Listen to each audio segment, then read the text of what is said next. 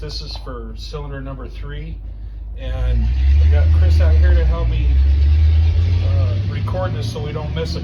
So I've already built cylinder number 2s that I didn't record. I did the ring gaps already for cylinder number 3, so we're just going to put that piston together.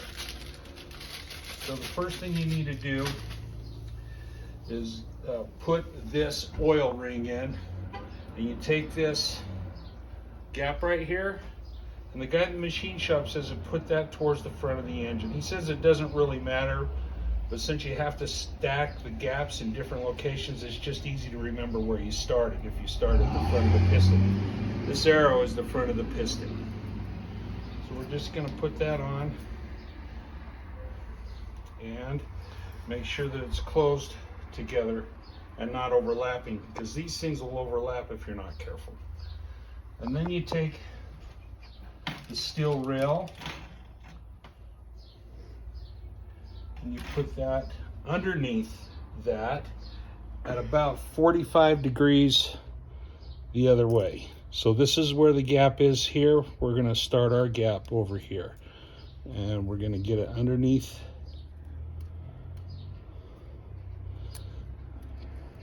that ring, and you just spiral it down like this. Now the instructions say do not do this to get us a piston ring pliers, but we're going to try it anyway. We're just going to go nice and easy and careful and slow. So there's that one. Now we do the next one that goes on top of it, and we're going to go about 45 degrees the other direction. So we're going to start it over here. So our bottom ring starts here, the oil ring starts here, and now we're going to start the upper ring above that oil ring, about 45 degrees the other direction. And once again, we're just going to spiral it down real easy, nice and slow.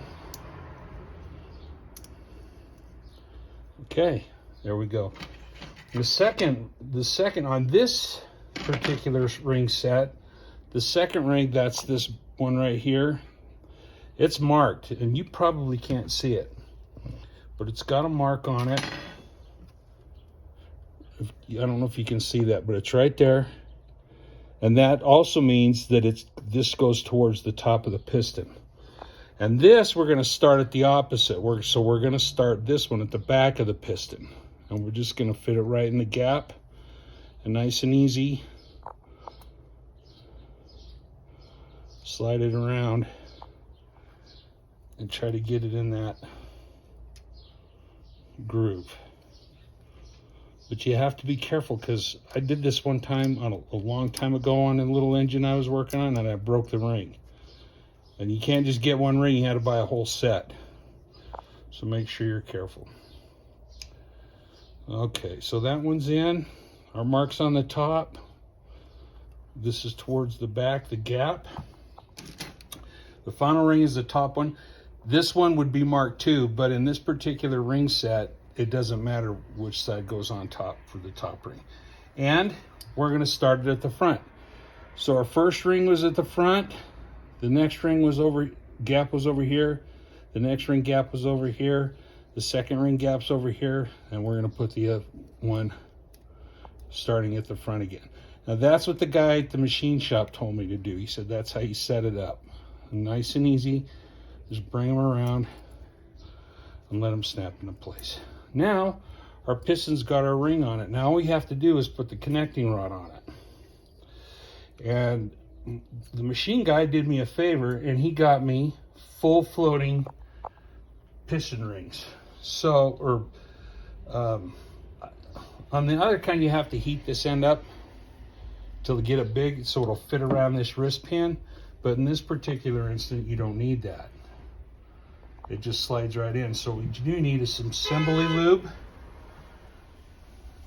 Sorry about the horn. You got to put a little assembly lube on it. Wrist pin there. Now you also need to keep the front. Now this connecting rod in this particular motor, it doesn't matter where it sits on the journal or what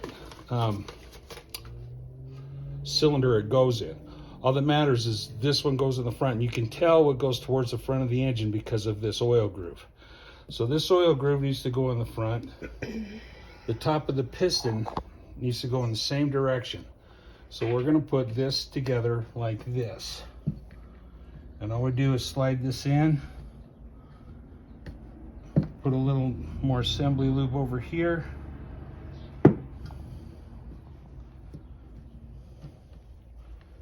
And then it just slides right in like that. So that's easy peasy.